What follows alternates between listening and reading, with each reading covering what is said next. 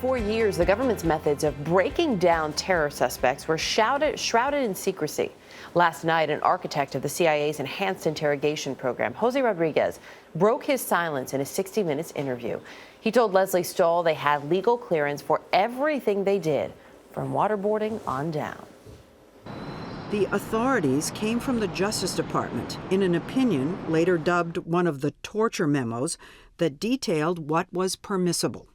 We went to the border of legality. We went to the border that was within legal bounds. Even after you got the Justice Department legal office to give you this okay, you kept going back and back with each thing you did over and over. We wanted to make sure that the rest of government was with us. How does the waterboarding that you engaged in, how did that work? The detainee was strapped to an inclined board with his feet up so that no water would go. So his head was back. So his head was back. And a cloth was placed over the mouth and the nose, and water was applied he couldn't breathe through his nose. So when he was saturated, then the air flow would be stopped. And he'd have the sensation of drowning. And he would have the sensation. Was he naked? In many cases, nudity was used extensively, and it worked well. Why is nudity effective? It is effective because a lot of people feel very vulnerable when they're nude, and also because of the culture. Nudity is not something that is common.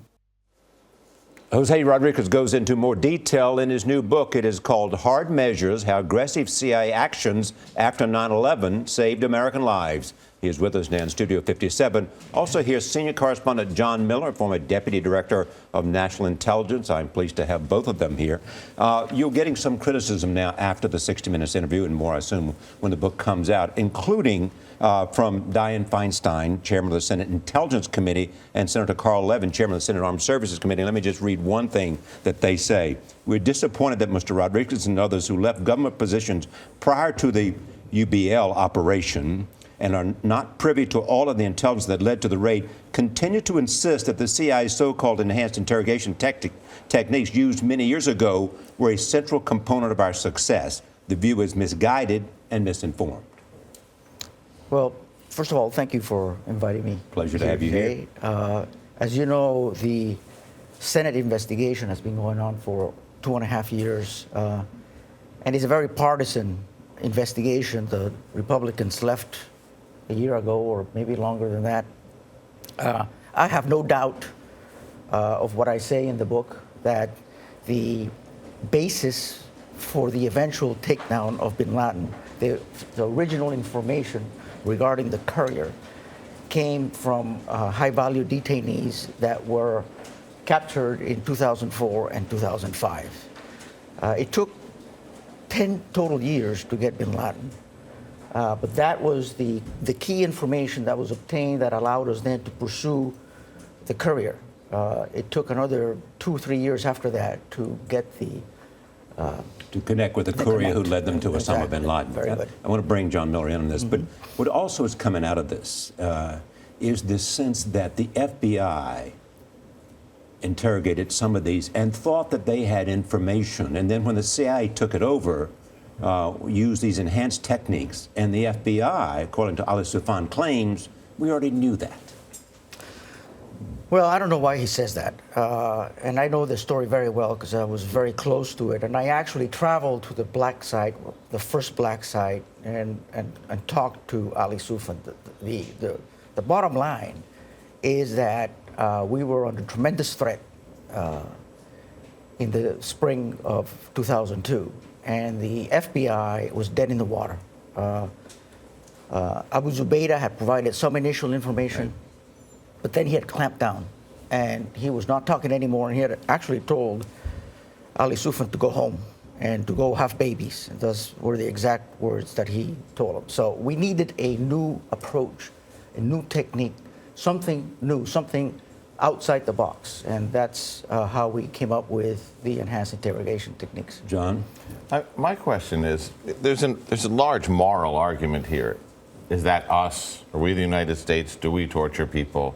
But I think if you push the moral argument aside, because we could be here in a 2-hour broadcast for that, the practical piece, looking back, if you had all life to live over again, did it actually work? Mm-hmm. And you know what? I'm amazed at?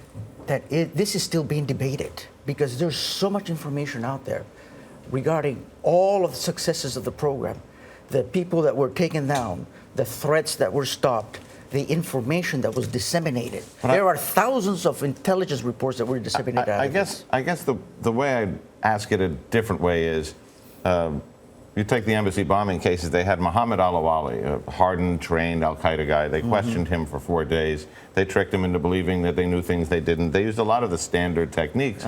But in the end, he gave up the whole plot. He gave up all the players. He gave up the locations he had. So you can do this without those techniques. The question is one necessary? Does the other not work? Well, let me just remind you that in the summer of 2001, the FBI had concluded the USS Cole investigation, yet they did not pick up the intelligence that would have stopped 9/11. So even though, yes, they were successful in prosecuting those individuals that were responsible for attacks in the past, what we were trying to do is get information of what was going to happen in the future. And law enforcement techniques are very good, excellent at prosecuting people for crimes committed in the past. But when it comes to getting information as to what's happening in the future, we weren't getting that. The two things that we should talk about. Number one is the tapes that were recorded. You said that everything you did was legal. Yes. Yet you felt necessary to destroy the tapes, which would have shown your legality. Correct. Why? But the issue with the tapes was that a few months after we started taping, we recognized that they had become a security issue for us, because the faces of our interrogators and others who were at the black sites were shown. And the field petitioned us to destroy the tapes, because also this is a very sensitive black site, and they had tapes coming out of their ears, and they asked us to please, if they could stop it, because the original reason we started this was because Abu Zubaydah had been wounded, severely wounded, and we wanted to make sure that people understood that we were doing everything that we could to keep him alive. He was But shot if when he was if that was the reason to destroy the tapes, I mean, you put your face on the cover of your book and pictures of your family and children in the middle. So if the idea is if Al-Qaeda sees people, they'll go after families. Or you're on television as well, saying, I did it, and I'm proud I did it. There is also this question that comes up with respect to this.